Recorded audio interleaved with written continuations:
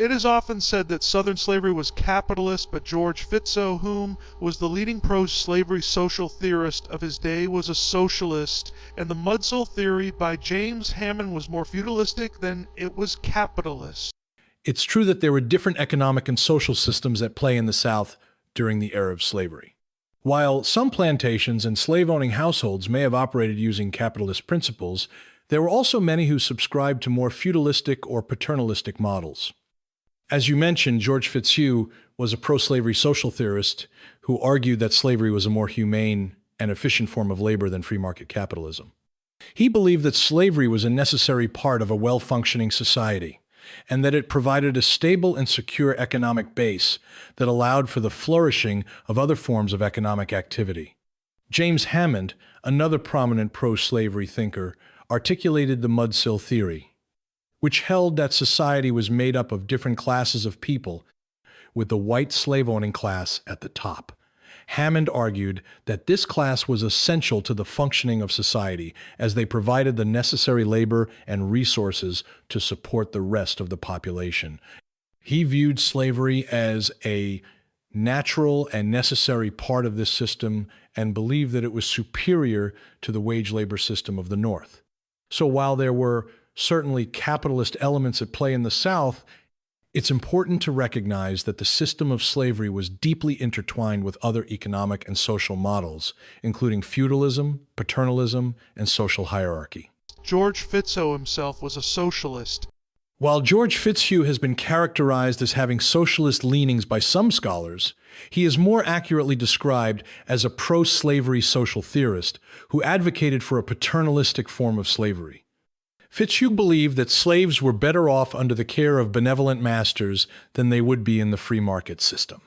He argued that slavery was a natural and necessary part of society, and that it was superior to the wage labor system in the North. However, Fitzhugh's ideas about slavery were not necessarily socialist in nature, as he did not advocate for the abolition of private property or the overthrow of capitalism. Rather, he believed that slavery was a form of social organization that could coexist with capitalism. He believed that slavery could be considered a socialized practice, socialism. Yes, that's correct. Fitzhugh argued that slavery was a form of socialism because the slave owners provided for the slaves' basic needs such as food, shelter, and medical care. He believed that this arrangement created a sense of community and mutual dependence between the slaves and their masters, and that it was a more humane and just system than the wage labor system of the North.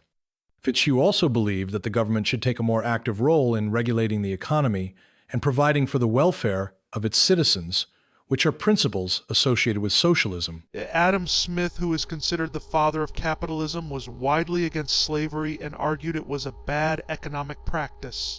Yes, that is correct.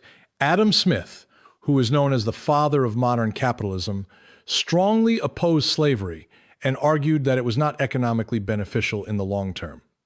In his book, The Wealth of Nations, he wrote that the labor of slaves comes cheaper in the end than that of free men, but the cheapness of slave labor is only a temporary expedient to which a trader resorts from the same motives which prompt him to save his money in the purchase of a machine.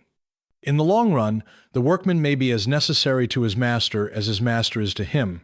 Smith believed that the use of slave labor hindered economic growth and development, and that a free market economy based on voluntary exchange between individuals was the best path to prosperity. George Fitzow, I believe, argued that it was socialized and not really private in a real sense because, for one, it was like a family-run business with men and their family, and that the government subsidized and regulated it.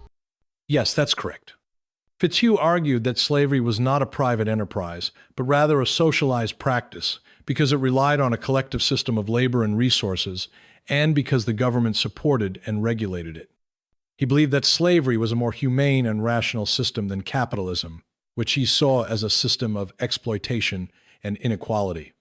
Fitzhugh's ideas were controversial and were criticized by many of his contemporaries, but they had a significant impact on the development of Southern pro-slavery thought in the mid-19th century.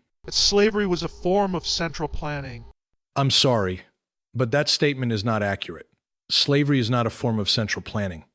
Central planning refers to an economic system in which the government makes decisions about production, pricing, and distribution of goods and services.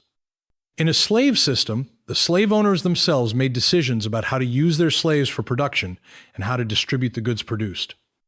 Slavery is a system of forced labor, which is fundamentally different from central planning. It was central planning from the vantage point of the centralized control from slave owners to slaves. Yes, that's one way to view it.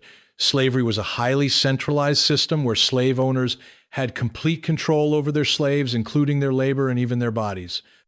Slaves were considered property and were bought and sold like any other commodity. The entire system was built around the idea of maintaining control and order, with the slave owners at the top of the hierarchy.